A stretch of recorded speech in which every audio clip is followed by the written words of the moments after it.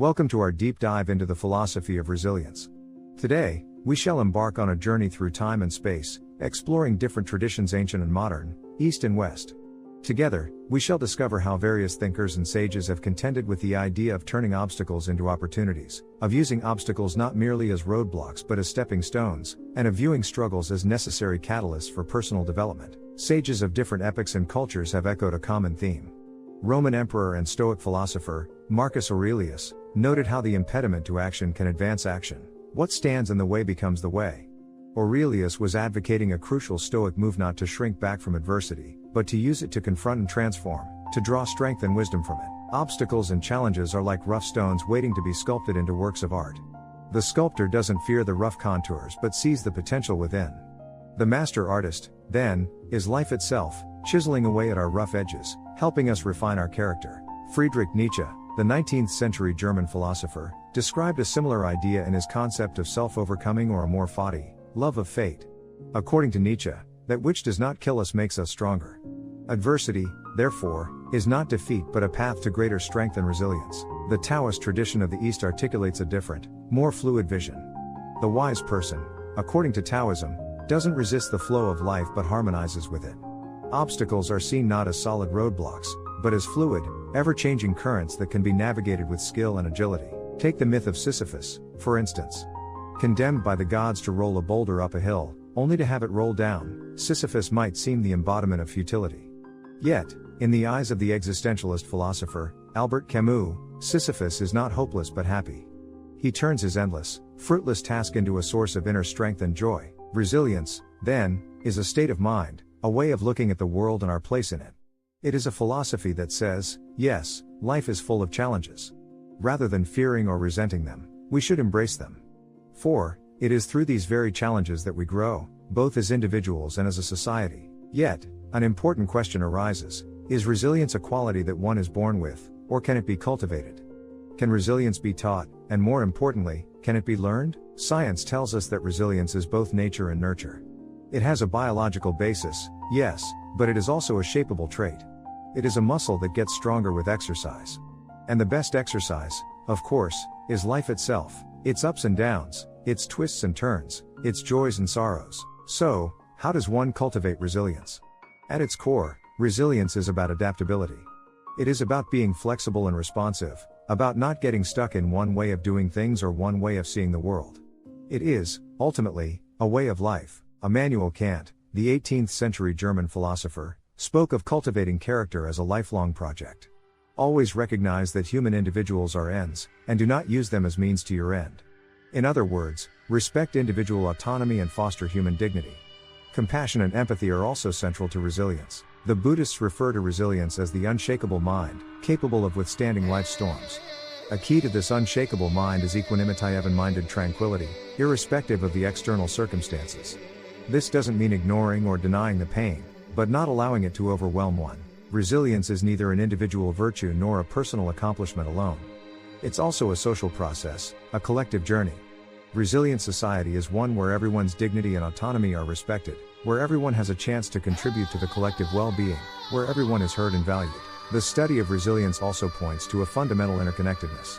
We are not isolated, self-sufficient islands but interdependent beings, connected to each other and to the wider world. To be truly resilient, therefore, is also to foster and safeguard these connections. Charles Darwin, in his theory of evolution, spoke not just of the survival of the fittest but also of the importance of cooperation and mutual aid. Resilience, then, is not just about personal survival, but about our collective survival, about the survival and flourishing of the entire web of life. Resilience, viewed in this light, is a political and ecological imperative. It calls for a radical rethinking of our values and systems, and a reimagining of our relationships with the earth and each other. It asks for a world that is not just about efficiency and profit, but about equity and justice, about love and compassion. The tough times we live in demand resilience more than ever.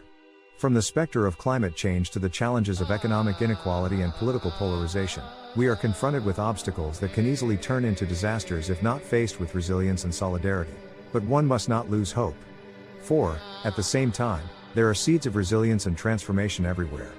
Whether it's the rising youth movements asserting climate justice, the indigenous peoples defending their sacred lands, the urban communities designing regenerative cityscapes, we see resilience at work, turning fear and despair into hope and action.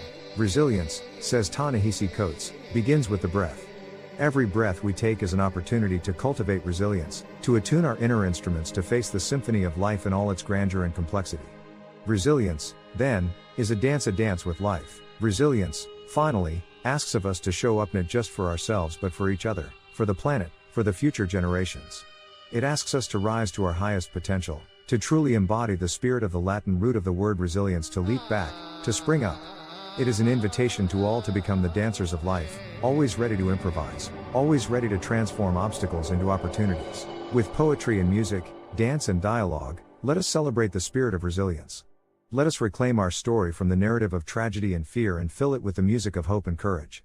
And together, let us envision and create a world where resilience is not just an exception but a norm, where every obstacle becomes a stepping stone to a more vibrant and just future. Let us have the courage to face our fears, the wisdom to learn from our struggles, the compassion to help each other, and the audacity to dream. For, as the renowned poet Maya Angelou reminds us, you may encounter many defeats, but you must not be defeated. In fact, it may be necessary to encounter the defeats, so you can know who you are, what you can rise from, how you can still come out of it. Celebrated Indian mystic, Osho, once remarked, "The lotus flower blooms most beautifully from the deepest and thickest mud." Obstacles, therefore, need not be seen as something to avoid or escape. Instead, they could be embraced as opportunities, as ladders to climb towards higher states of consciousness and being. As we conclude this journey through the philosophical landscape of resilience, remember this: resilience is not a destination, but a path. It's not a goal to achieve but a value to live by. It's not a state of perfection but a constant process, an ongoing journey, a dance with life. Obstacles we encounter in life are essential aspects of our life's journey. Instead of shying away from them, we can learn to embrace them without fear, transforming each of these challenges into an opportunity to learn, to grow, to develop resilience, and most of all, to find and express our true selves to the fullest. Be resilient like the sun, that shines every morning, bringing light and warmth to millions of creatures. No matter how dark the night may have been, no matter how many clouds or storms it had to face, the sun always rises again, fearless, generous, and resilient. And in this vast, mysterious cosmos, with its galaxies and black holes, its supernovas and nebulae, its billions of stars and trillions of molecules, remember this: you are not alone. You are an integral part of this grand cosmic dance. In you, as in every particle of existence, there is a potential for resilience, for transformation, for infinite expansion. And last but not least, remember, the hand that rocks the cradle rules the world. The seed of resilience is often sown during our formative years, in the lap of the family and the community. Let us, therefore, create environments that nurture resilience, that encourage curiosity and creativity, that foster empathy and compassion, for these are the seeds for a vibrant and just world. As we sign off on this exploration of resilience, we invite you to carry on its message in your heart and in your actions. Let resilience be your guide, your companion, and your friend. Let it be the wind beneath your wings and the beacon in your journey. Together, let us rise, resilient and strong, to the call of life. Resilience, in the end, is about love.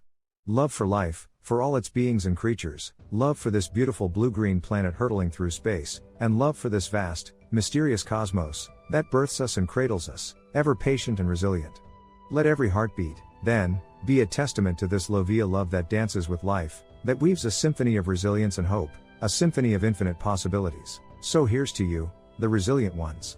The ones who face the storms without flinching, the ones who rise again and again, unfailingly, like the tide and the sun, the moon and the stars. Here's to you, to me, to all of you as dancers of life, the weavers of resilience, the dreamers of a more beautiful and just world.